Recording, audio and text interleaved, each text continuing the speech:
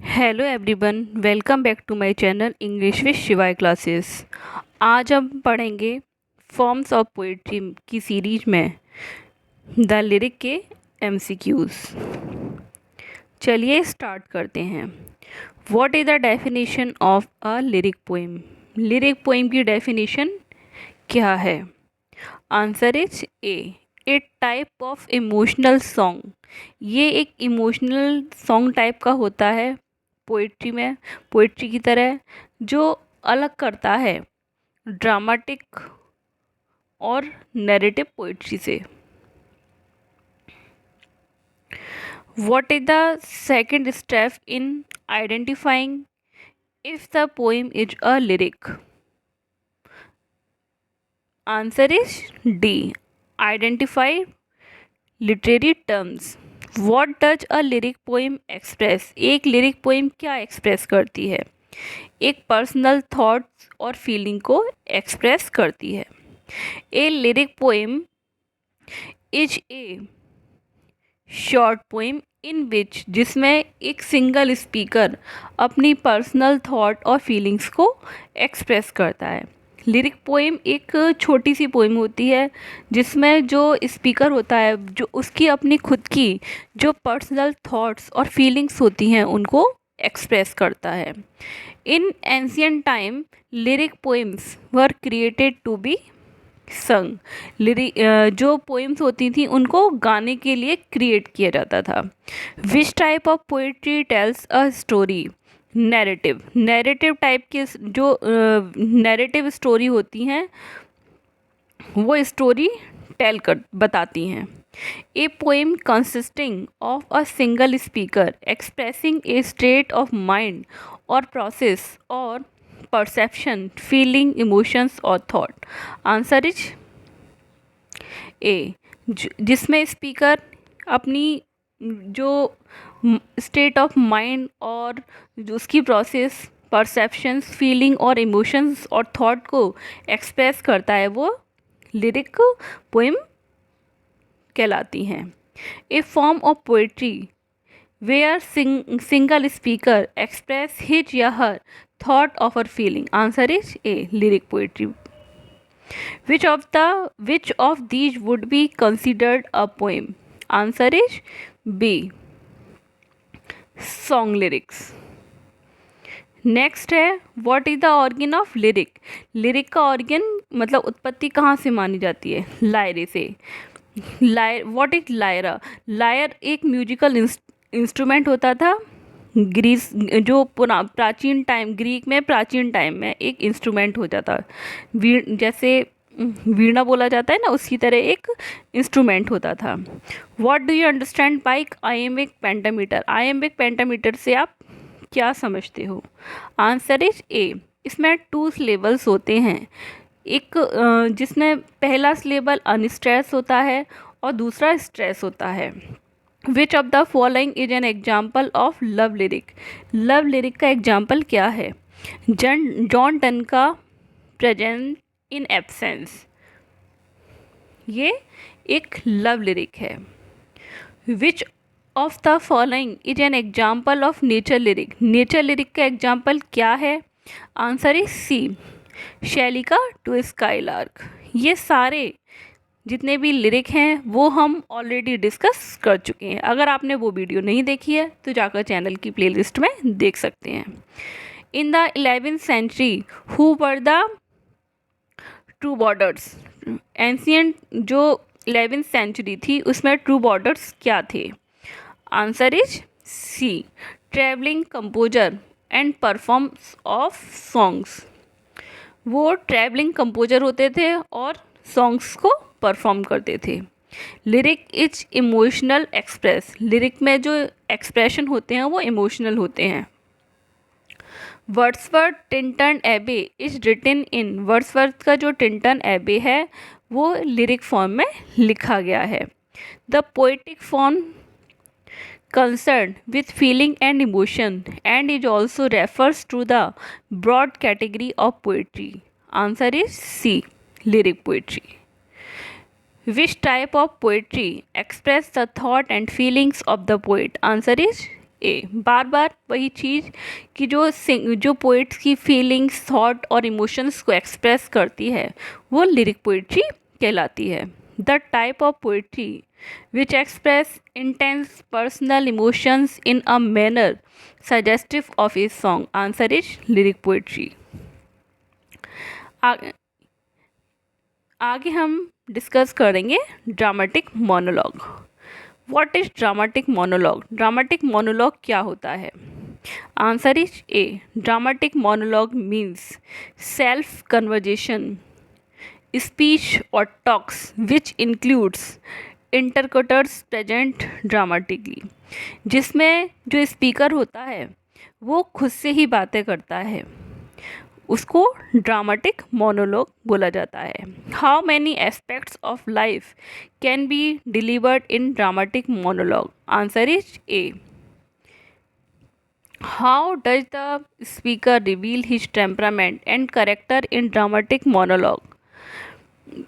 जो स्पीकर होता है उसका टेम्परामेंट और करेक्टर ड्रामेटिक मोनोलॉग में कैसे रिवील किया जाता है? Answer is only through his speech, केवल उसकी स्पीच के through.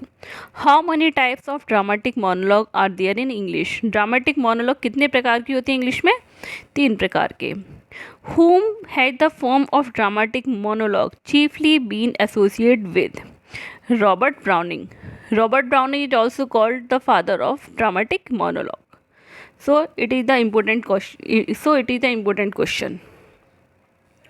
Who is not associated with dramatic monologue? Dramatic monologue से इनमें से कौन associate नहीं है? P.B. Shelley. Which poetic form is much akin to dramatic monologue? Soliloquy. In which of the poetic form does the reader become an active participant? Dramatic monologue में. What is the most popular theme of dramatic monologue? Dramatic monologue की most popular theme क्या है? Theme of love.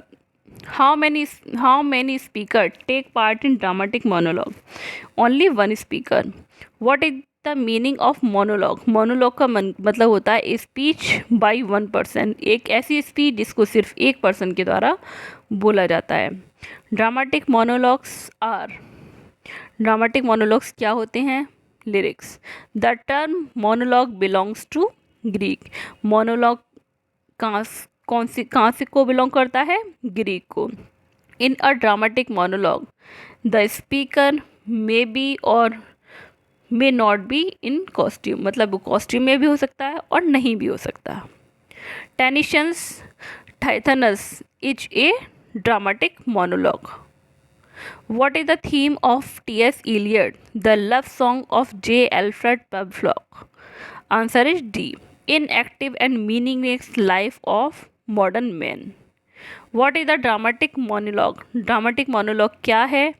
A composition have all the above mentioned quality, मतलब dramatic speech in form of poetic lyric, a perfect mixture of drama and poetry, spoken by only one person to a silent listener. What is the meaning of mono? Mono का मतलब होता है one. What is the meaning of logo? Logo का मतलब होता है speech. So it is the meaning of one person speech. What are the other form of dramatic monologue? Dramatic monologue की other form क्या है? Soliloquy. Soliloquy में भी एक silent speech होती है. नेक्स्ट है the allegory. Allegory are heavy in symbolism. वो जो एलिगरी होती है वो सिम्बोलिज्म में हैवी होती है. When writing an allegory you should first come up with the hidden story. The hidden story in an allegory is usually about, मतलब allegory किसी से भी हो सकती है, रिलीजन, मोरल फिलोसफी और politics. George Orwell's Animal Farm is an allegory for the Russian revolution के लिए थी Animal Farm. What express a part meaning of the allegory? Answer is a, words of a poem. What is the meaning of एलिगेरिया?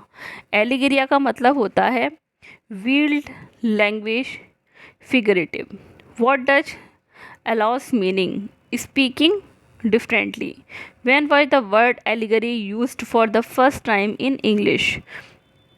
पहली बार जो allegory word है उसका use कब किया गया था? Answer is 1382.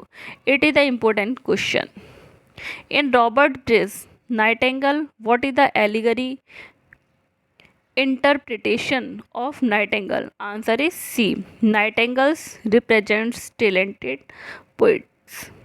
And allegory है, answer is B. An extant metaphor. The fairy queen is a verse romance. Fairy queen क्या है? एक वर्स रोमांस है. नेक्स्ट हम पढ़ेंगे फ्री वर्स. फ्री वर्स क्या होती है? What is the definition of free verse? Free verse की definition क्या है? A verse that has all the above mentioned qualities called free verse. मतलब a verse that has no regularity of meter, जिसमें कोई metre की regularity नहीं होती. A verse that has no regularity of rhythm, जिसमें कोई rhymes की regularity नहीं होती. A verse that has no length of lines, जिसमें lines की कोई भी length नहीं होती. Who is known as the father of free verse in English poetry? Answer is Walt Whitman. It is the important question of this unit. Use of free verse has been traced in. Answer is D. All of above. Name the Indian poet who wrote in free verse. Free verse में जिस Indian author ने लिखा था उसका नाम क्या है? Answer is B. Rabindranath Tagore ने फ्री वर्स में लिखा था. Free verse poem have no specific requirements, जिसमें कोई भी स्पेसिफिक रिक्वायरमेंट्स की ज़रूरत नहीं होती.